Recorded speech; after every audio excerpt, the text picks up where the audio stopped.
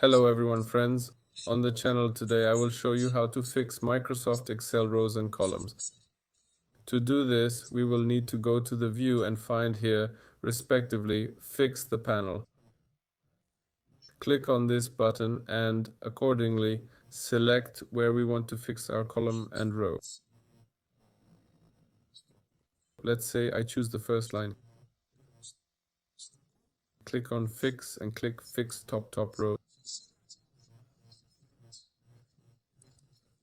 That's it. And now, as you can see, I scroll down and I have it fixed in the same way vertically. Select the column you need, click on the Fix Column button. And here we have this button. That's it. And it will also be recorded in our country. That's all. With you was like, subscribe to the channel. Goodbye everyone.